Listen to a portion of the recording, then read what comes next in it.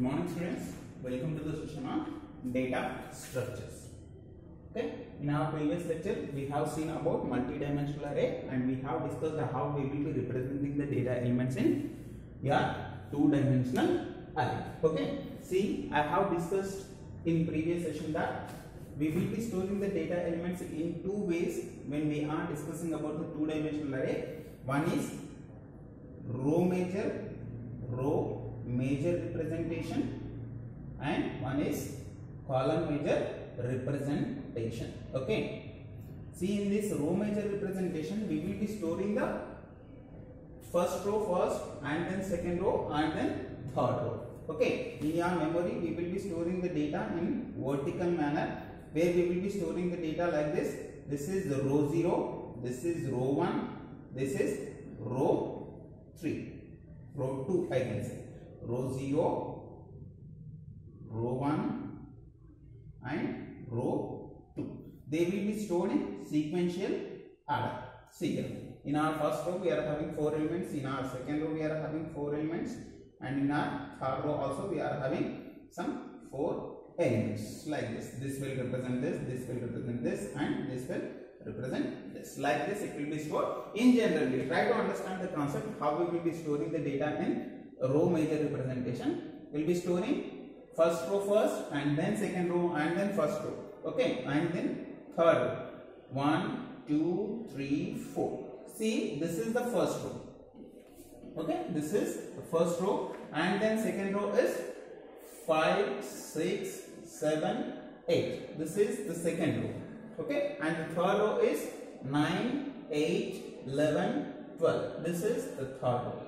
In this manner, we will be storing the data elements in sequential memory locations. It is not true that we will be storing the data elements in the matrix format when we are storing it in two-dimensional array. Okay, now let us try to understand how we will be finding the address of these elements. Every element will be represented with its indices number like 0, 0, 0, 1 and so on, and 1, 0, 1, 1 and so on, 2, 0, 2, 1 and 2, 2, 2, 3. Like that we will be storing the data elements.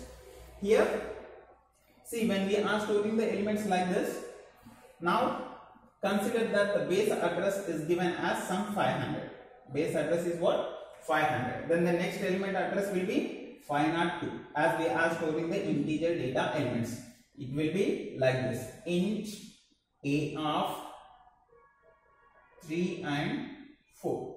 Why? Because we are having 3 rows and 4 columns, so we will be having 12 elements over here, and we have stored these elements into that. Now I want to find the address of this 7th element in case of row major representation. In case of row major representation, we will be storing the first row, and then second row, and then third row. I want to find the address of element called 7. Now I won't go for like this. I won't go like this 500, 502, 504. If I am going like this, if I am having number of elements, I can't find the element address in a simplest manner. In order to have that, we are having a formula in order to find the particular element's address in your two-dimensional array in a case of row major representation. The formula will be like this: address of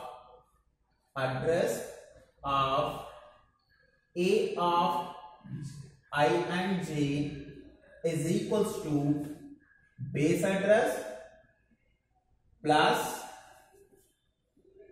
W, size of element. W stands for what? Size of element. And then within this, I into n. Already you know about I. I means for the row number. Okay. And then plus J. Okay. This is the formula. Here n stands for number of columns. Okay. M stands for number of rows, and n stands for number of columns. Okay. And then base address will be given to you people. Why? Because this will be assigned in dynamical manner. I can say we can't say that every time it will be the same one. That's the reason we are assuming that. Okay. and this is the base, and W is the size of element. Okay, size of element. If it is integer, it will be taking 2 bytes. If it is character, it will be taking 1 byte. Now try to understand, try to implement them by having an example. Now I want to find the element address like this. 7 means to say I want to find the address of 1, 2. So this is the location, first row and second column. Okay, now I will be placing them, just I will be finding the answer. A of 1 and now the base address given is as 500. Okay, 500 plus W is what? Size of integer will be 2. Okay, and the row that we are how given is 1, and the number of columns will be 4. 1, 2, 3, 4. Number of columns are 4 plus J. Column given is 2. Now try to implement this. 500 plus 2 into 1 into 4 will become 4. 4 plus 2 will become 6. Okay, and then 500 plus 2 into 6 will become 12, and the answer will be 5. Now let us try whether we have successfully found the address or not. Okay, now see, base address is 500 and the next element address will be 502 and then 506 and then 504 and then 506 and then the next element address will be 508, 510, 512. See this. At this particular address only we have found the element called 7. Like this we can find the element address in your 2-dimensional array when we are storing it in row major representation. Do remember this. Okay, this is very simplest formula, but when you are going for the competitive examination, when you are going for the further education, it is very important in case of your data structures, I can say. Okay, this is the row major representation, and in the row major representation we will be finding the address like this. We left with one more topic called column major representation. What it is? Column major representation. Now I'll rub this and I'll go for the next one. Okay.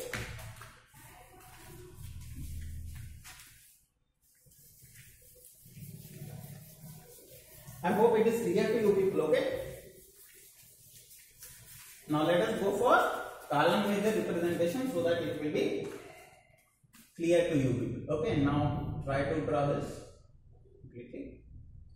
4, 5, 6, 7, 8, and we will be having 0, 1, 0, 2, and 0, 3. Okay. Now let us try to find the element if we are storing it in column major representation. First, try to understand what is the column major representation is. Column major representation. See, whatever the style that we are using to store the data element will be stored in sequential order only in case of your memory. Vertically we will be storing the data elements. See here, first one, second one, third one and fourth one. Column 0, column 1, column 2, column 3. This will be representing this will be representing this will be representing this will be representing this. In this we will be having three elements. Okay, 3 elements. In our first column we are having 3 elements. In our second column also we are having 3 elements. In our third column also we are having 3 elements. In our fourth column also we are having 3 elements. Like this we will be storing the elements. In generally, in order to understand this, just we will be writing like this. Sorry. Ma'am.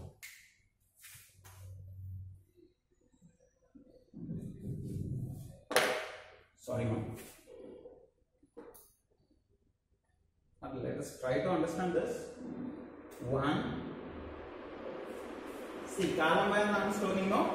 So I will be storing in this particular format like 1, 5, 9, and then I will go with the second column. In the second column we are having 2, 6, 10, and then next column is containing 3, 7, 11, and then next column is containing 4, 8 and 12. Okay.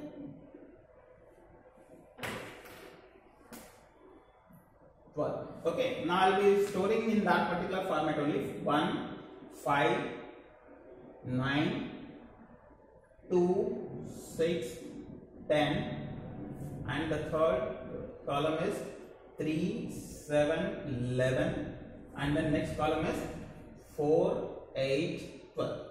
See, these are the columns that we need to store in our array. I hope it is clear to you people. Okay, the marker is not good. Okay, now this is the first column, this is the second column, this is the third column, and this one will be the fourth column. Column 0, column 1, column 2, and this will be the column 3. Okay, like this we will be having the, now try to write here, this will become column 0, this will become column 1, column 2 and column 3, like this. Okay, now here also we will be having the same base address as we have taken in the previous example, that is 500. Okay, base address will be 500. If we are storing the data elements in the format of column major representation, then your formula will become address of A of I j is equals to base address plus W, that is the size of element, and I plus j into m. What is I here? The given row, and j is the given column, and m is number of rows. See here we have already written m is number of rows, n is number of columns, and w is size of element. So consider in the previous example we have taken element called 7 now. In this case also I will be taking the same one. Now see how the address will be changing. See here 1 and 2. Here it is located now, the first row and second column. Now the base address is 500 and the size of element is 2, and given row is 1 plus given column is 2, and the number of rows is 3. See here 1, 2, 3. Okay, 3. Now let us calculate this. Okay. See here 2 into 3 will become 6, 6 plus 1 will become 7, 7 into 2 will become 14, 14 plus 500 will become 514, 514. I hope you can do this. Okay. See here now I will be incrementing the values from this base address 500. The next address will be 502, 504, 506, and then 508, 510, 512.